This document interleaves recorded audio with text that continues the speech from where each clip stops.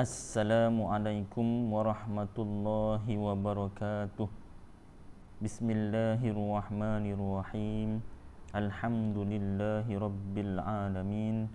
Wassalatu wassalamu ala ashrafil anbiya'i wal mursalin wa ala alihi wa sahbihi ajma'in.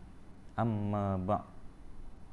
Syarah Uqudul Lujain, kalung perak, karya Imam Muhammad Nawawi bin Umar Al-Bantani, mengenai hak dan kewajiban suami isteri. Semoga Allah berkenan memberi manfaat kepada kita dengan wasilah keberkahan beliau. Amin. Kata pengantar. Puji syukur kami panjatkan kepada Ilahi Rabbi atas nikmat dan hidayahnya. Tak lupa kami haturkan solawat dan salam kepada tokoh anutan kita semua, Nabi Muhammad sallallahu alaihi wasallam beserta keluarganya, para sahabatnya dan para pengikutnya. Kitab Uqudul Lujain yang disusun oleh Syekh Nawawi Al-Bantani telah lama dikenal di kalangan umat Islam, khususnya di pesantren-pesantren, pondok atau madrasah. Terlepas dari adanya pro dan kontra tentang isi kitab ini, kami dengan berbagai pertimbangan memberanikan diri untuk menerjemahkannya dengan tanpa meninggalkan lafaz Arabnya. Sebisa mungkin kami juga melengkapinya dengan rujukan-rujukan yang bisa kami dapatkan. Selain itu, semoga terjemahan ini bisa mempercepat proses belajar mengajar anak didik, sehingga kami berharap akan hilang dalam benak anak-anak didik bahawa mengaji kitab adalah menterjemahkan, tetapi mengaji adalah mengkaji dan memperdalam ilmu yang dipelajari. Kerana masih banyak ilmu-ilmu yang perlu dipelajari oleh umat Islam, terutama oleh generasi mudanya. Dengan demikian akan terwujud kejayaan Islam yang hak, yakni yang benar. Namun dengan keterbatasan ilmu dan wawasan kami, maka mungkin buku terjemahan kitab Uqudul Lujain ini masih banyak kekurangan di sana sini. Untuk itu, tegur sapa serta koreksi, yakni pembetulan yang membangun dari para ikhwan sangat kami butuhkan, yakni perlukan. Tak lupa kami menyampaikan ucapan terima kasih yang tak terhingga kepada berbagai pihak yang telah ikut membantu terwujudnya buku ini. Semoga bantuan moral, yakni moral dan material kepada kami menjadi amal ibadahnya dan Allah membalasnya dengan berlipat ganda. Akhirnya kami berdoa semoga upaya yang sedikit ini menghasilkan manfaat yang banyak, terutama untuk kemuliaan Islam dan kelestarian ajarannya. Mudah-mudahan apa yang kami kerjakan ini dijadikan salah satu amal baik dan dicatat sebagai nilai ibadah oleh Allah. Dan hati kami terbuka lebar untuk segala saran, yakni idea, dan kritik, yakni komen yang disampaikan demi kesempurnaan upaya-upaya selanjutnya di masa mendatang. Amin ya rabbal alamin. Jakarta, Rajab 1423 Hijrah bersamaan September 2002 Masihi. Daftar isi ataupun isi kandungan Kitab Uqudul Lujain. Kata pengantar, daftar isi atau isi kandungan. Muqaddimah. 1. Cerita keutamaan tentang membaca bismillah. Muka surat 2. Fasal pertama, menerangkan hak-hak isteri yang wajib diberikan oleh suami. Muka surat 10. Cerita tentang cobaan Nabi Ayyub alaihi salam. Muka surat 16. Cerita ketabahan Umar bin Khattab radhiyallahu anhu terhadap isterinya. Muka surat 18. Cerita tentang cobaan Asiyah, isteri Fir'aun. Muka surat 20. Cerita tentang kesabaran orang soleh terhadap kejelekan, keburukan akhlak isterinya. Ke surat 21. Fasal kedua, menerangkan tentang hak-hak suami yang wajib atas isteri. Ke surat 31. Cerita tentang wanita tersesat yang bernazar, yakni berjanji dengan Allah tidak akan berbicara kecuali dengan Al-Quran. muka surat 47. Suatu faedah Nabi Muhammad sallallahu alaihi wasallam kepada Sayyidatina Fatimah, muka surat 66. Fasal ketiga, menerangkan keutamaan solat wanita di rumahnya, muka surat 73. Fasal keempat, menerangkan haramnya laki-laki melihat wanita yang bukan mahram dan sebaliknya, muka surat 88. Cerita tentang Nabi Dawud alaihi salam, muka surat 89. Cerita seorang tuan dengan budaknya, muka surat 105. Cerita tentang Rabi'atul Adawiyah Al-Basriyah, muka surat 110. Cerita Rabi'ah binti Ismail Asy-Syamiyah, muka surat 115. Cerita pandai besi yang tak tersentuh api, muka surat 118. Lampiran. A'udzu billahi minasyaitonir rajim. Bismillahirrahmanirrahim. Walahunna mithlul ladzi 'alaihinna bil ma'ruf walirrijali 'alaihinna darajah. Shadaqallahul azim. Artinya lebih kurang, dan para wanita mempunyai hak yang seimbang dengan kewajibannya menurut cara yang ma'ruf. Akan tetapi para suami mempunyai satu tingkatan kelebihan daripada isterinya. Suratul Baqarah ayat 228. Dengan nama Allah yang Maha Pengasih lagi Maha Penyayang. Berkata orang yang sangat butuh, yakni memerlukan, kepada rahmat Allah yang Maha Pengampun, iaitu Muhammad bin Umar Nawawi, yang mengaku dirinya berdosa, dan semoga Allah menampakkan kekurangan, yakni celah yang ada pada dirinya, dan menjadikan hari-harinya lebih baik dari hari sebelumnya. Segala puji bagi Allah, sebagaimana puji-pujian itu sepatutnya untuknya. Salawat dan salam semoga tercurah untuk baginda kita Muhammad sallallahu alaihi wasallam dan keluarganya dan sahabatnya sebanyak bilangan makhluk yang diketahui olehnya. Adapun setelah itu, maka ini adalah sebuah syarah yang ditulis atas permintaan sebahagian para pencinta kepada saya untuk mensyarahi sebuah risalah yang berkaitan dengan selok-belok kehidupan suami isteri, yang merupakan buah karya sekelompok ulama ahli nasihat. Dan saya menamakan risalah itu Uqudul Lujain, yakni kalung perak, penjelasan tentang hak-hak suami isteri.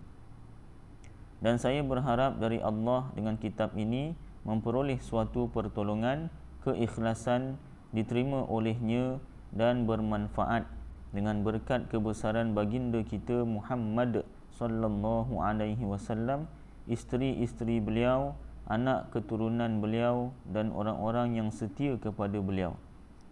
Dan saya menjadikan semua itu sebagai hadiah untuk kedua orang tua saya, dengan harapan semoga Allah mengampuni dosa keduanya dan mengangkat darjat mereka, kerana sesungguhnya Allah Ta'ala itu maha luas ampunannya dan maha penyayang di antara para penyayang. Pengarang berkata, semoga Allah membalas usahanya dengan nama Allah yang Maha Pengasih lagi Maha Penyayang. Ketahuilah bahawa basmalah itu, yakni Bismillahirrahmanirrahim, mempunyai banyak keberkahan. Barang siapa yang membacanya, maka akan tercapai cita-citanya. Dan barang siapa yang selalu mengerjakannya dengan teratur, yakni membaca dengan betul, dengan bertajwid, maka ia akan dikarunia oleh Allah dengan dikabulkan segala permohonannya. Dikatakan bahawa kitab yang diturunkan dari langit ke bumi, yakni kitab Samawi itu, berjumlah 104. Diturunkan kepada Nabi Syith 60 suhuf, Nabi Ibrahim 30 suhuf, Nabi Musa sebelum diturunkan kitab Taurat 10 suhuf, kitab Taurat, kitab Injil, kitab Zabur dan Al-Furqan, yakni Al-Quran. Maka seluruh kitab tersebut terkumpul dalam Al-Quran. dan makna Al-Quran terkumpul dalam surah Al-Fatihah, dan makna surah Al-Fatihah terkumpul dalam lafaz basmalah, iaitu Bismillahirrahmanirrahim, dan makna lafaz basmalah terkumpul dalam huruf ba-nya. Ada seorang ulama yang soleh yang menderita suatu penyakit yang membuat para doktor tidak mampu mengobatinya. Maka terfikir olehnya di saat kritis itu ungkapan tadi. Lalu dia mengerjakan dengan teratur membaca basmalah tanpa batas hitungan yang tertentu, iaitu dengan banyaknya. Maka Allah Ta'ala menyembuhkannya dengan barakah basmalah tersebut. Dan dikisahkan ada seorang wanita yang mempunyai suami seorang munafik, dan wanita itu selalu mengucapkan basmalah dalam segala sesuatu, iaitu aktiviti berupa ucapan atau pekerjaannya. Maka berkata suaminya, aku akan membuatnya malu dengan kebiasaannya itu. Lalu si suami menyerahkan kepada isterinya sebuah dompet dan berkata si suami, simpanlah dompet ini. Lalu si isteri meletakkan dompet itu di suatu tempat dan menutupi dompet itu dengan rapi. Ketika si isteri sedang lengah, si suami mengambil dompet dan membuangnya ke sumur di rumahnya. Kemudian si suami meminta dompet itu kepada isterinya. Lalu si isteri mendatangi ke tempat dia menyimpan dompet, dan si isteri mengucapkan, dengan nama Allah yang Maha Pengasih lagi Maha Penyayang. Maka Allah Ta'ala segera memerintahkan malaikat Jibril alaihi salam untuk turun dengan cepat dan mengembalikan dompet itu ke tempatnya semula. Ketika si isteri menghulurkan tangannya untuk mengambil dompet itu, maka ia menemukan dompet itu dalam keadaan seperti ia letakkan semula. Lalu ia mengambilnya dan menyerahkan dompet itu kepada suaminya. Maka si suami kehairanan akan kejadian itu dengan sangat hairan, dan ia bertaubat kepada Allah Ta'ala dari kemunafikannya.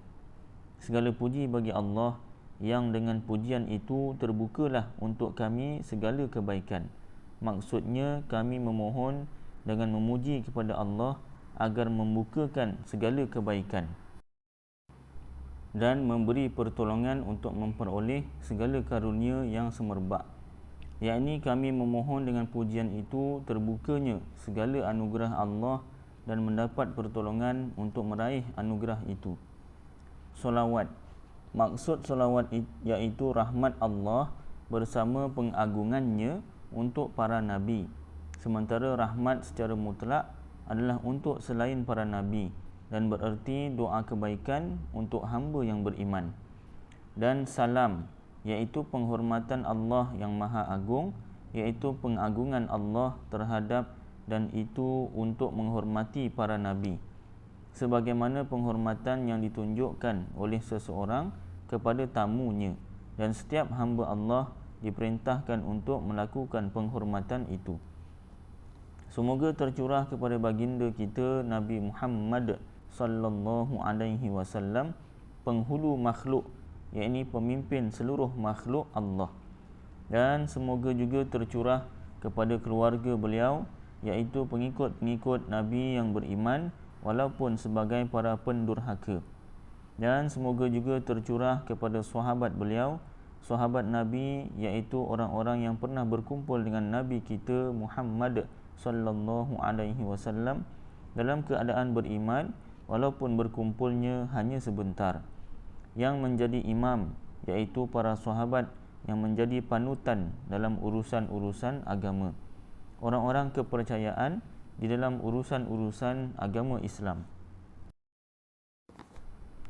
Adapun setelah itu, iaitu setelah pengucapan basmalah, hamdalah, solawat dan salam, maka kitab ini yang hadir di dalam hati berupa risalah, yakni kitab yang sangat kecil, yang penting, yang dapat menenteramkan kegelisahan hati, yang saya telah menyusunnya, yakni kitab ini terbahagi menjadi 4 fasal, yakni 4 bahagian yang terpisah. Dan penutup, iaitu sesuatu yang dituturkan untuk mempermudah memahami apa yang terkait dengan apa yang dimaksud, dan seakan-akan keterkaitan itu seperti hubungan penjelasan yang akan datang dengan penjelasan yang lalu, dan hal itu adalah keterkaitan dari sisi penyempurnaan dan penambahan penjelasan. Fasal pertama menerangkan hak-hak isteri yang wajib dipenuhi oleh suami, dan hak-hak tersebut adalah bergaul dengan isteri secara baik, wang belanja isteri dan mas kahwinnya, mengatur waktu untuk isteri, yakni menggilir, dan mengajarkan isteri apa-apa yang dibutuhkan, yakni diperlukan olehnya, berupa ibadah-ibadah wajib dan sunnah, walaupun amalan sunnah yang bukan muakkadah, dan berupa hal-hal yang berkaitan dengan haid, dan mengajarkan mengenai kewajiban taat kepada suami dalam masalah yang bukan maksiat, yakni dosa. Fasal yang kedua menerangkan hak-hak suami yang wajib dipenuhi oleh isteri, dan hak-hak itu adalah taat kepada suami dalam masalah yang bukan maksiat, yakni dosa, bergaul dengan suami dengan baik, memasrahkan dirinya kepada suaminya, yakni menyerahkan dirinya kepada suaminya, dan berdiam di rumah, memelihara dirinya dari perbuatan memasukkan ke tempat tidurnya orang yang bukan suaminya, yakni selingkuh ataupun curang, dan membuat hijab dari penglihatan orang lain terhadap sesuatu pun dari badannya, meskipun hanya wajah dan kedua telapak tangannya. Sebab memandang kedua anggota tubuhnya tersebut adalah haram, walaupun tidak ada hasrat berahi dan tidak menimbulkan fitnah, yakni tidak menaikkan syahwat. Dan isteri harus meninggalkan permintaan kepada suaminya dengan sesuatu yang melebihi batas kebutuhannya, yakni keperluannya, walaupun isteri mengetahui suaminya mampu untuk memberikannya. Dan isteri memelihara dirinya dari mengkonsumsi, yakni memakan pemberian hasil usaha suami dari harta yang haram, dan isteri tidak boleh bohong mengenai haidnya sedang haid maupun telah selesai haidnya.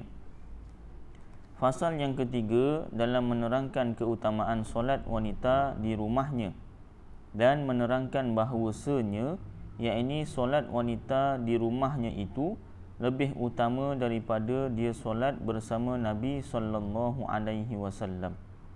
Bersabda Nabi sallallahu alaihi wasallam, saat terdekat seorang wanita ketika menghadap kepada Tuhannya adalah saat dia berada di dalam rumahnya, dan sesungguhnya solat yang ia lakukan di teras rumahnya itu lebih utama daripada dia solat di masjid.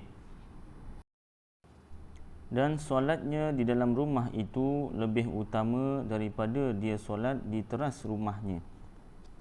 Dan solatnya di kamar rumahnya itu, di bilik rumahnya itu lebih utama daripada dia solat di dalam rumahnya. Lafaz al-mukhdi'u itu dibaca dhammah, yakni baris depan huruf mimnya. Al-mukhdi'u adalah kamar, yakni bilik di dalam rumah. Maksudnya itu untuk menutupi dirinya. Fasal keempat menerangkan larangan bagi laki-laki melihat wanita lain yang bukan mahramnya. Begitu juga sebaliknya, yakni wanita melihat laki-laki. Maka sesuatu bahagian tubuh yang haram melihatnya atas laki-laki, haram juga melihatnya atas wanita dari diri laki-laki. Dan laki-laki yang hampir baligh untuk masalah seperti itu dihukumi sama seperti lelaki yang dewasa. Maka wajib bagi wali laki-laki yang hampir baligh tersebut untuk mencegahnya melihat perempuan lain yang bukan mahramnya. Wali laki-laki ini bapa atau datuknya atau penjaganya. Dan wajib bagi wanita yang bukan mahramnya untuk menutupi dirinya dari laki-laki yang hampir baligh itu.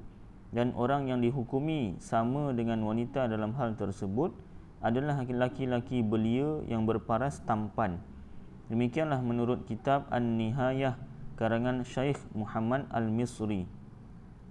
dan penjelasan mengenai dalil-dalil yang menerangkan tentang hukum yang berlaku atas masalah tersebut, iaitu hukum melihat antara laki-laki dan wanita berupa larangan, iaitu larangan dari Al-Quran maupun hadis-hadis Rasul. Haram bagi laki-laki walaupun ia telah dipotong zakarnya, telah dikebiri, yakni dikhasi, dipotong buah pelirnya, impotent, yakni dah tidak berfungsi zakarnya, banci, dan sudah tua, renta melihat kepada wanita lain yang bukan mahramnya yang menggairahkan, yakni yang sudah dewasa, meskipun hanya melihat wajah dan telapak tangannya, bahagian luarnya maupun dalamnya. Tapak tangan bahagian luar iaitu yang gelap, tapak tangan bahagian dalam yang cerah, yang putih. Dan itu adalah yang difatwakan mengenai hal itu. Tetapi ada pendapat yang dinukil dari pendapat kebanyakan ulama yang membolehkan melihat kedua anggota tubuh itu. Adapun laki-laki melihat kepada isterinya dan hamba sahayanya di waktu hidup keduanya adalah diperbolehkan, walaupun ada penghalang untuk bermesraan yang bersifat sementara, iaitu cepat hilang, seperti isteri yang masih dalam haidnya dan hamba sahaya wanita yang masih dalam gadaian. Tetapi makruh melihat farji, iaitu kemaluan, sekalipun farjinya sendiri, kemaluannya sendiri, dengan tanpa ada keperluan.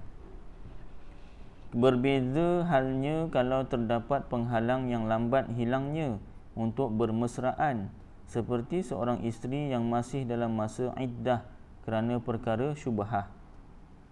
Maka haram melihat sesuatu di antara pusat wanita dan lututnya. Tidak haram selain bahagian tubuh tersebut, seperti keharaman yang sama terhadap mahramnya dan hamba yang telah berkeluarga. Adapun melihat kerana untuk dinikahi, maka diperbolehkan melihat wajah dan kedua telapak tangannya saja bagi wanita merdeka, yang ini untuk meminang. Dan diperbolehkan melihat ke selain apa-apa yang ada di antara pusat dan lututnya bagi budak sahaya wanita. Diperbolehkan melihat wanita yang bukan mahramnya hanya pada wajah untuk keperluan persaksian, yang ini menjadi saksi, dan berbisnes. Dan kepada hamba sahaya wanita ketika membelinya, yang ini boleh melihat pada selain apa-apa yang menjadi aurat dari sekujur badan.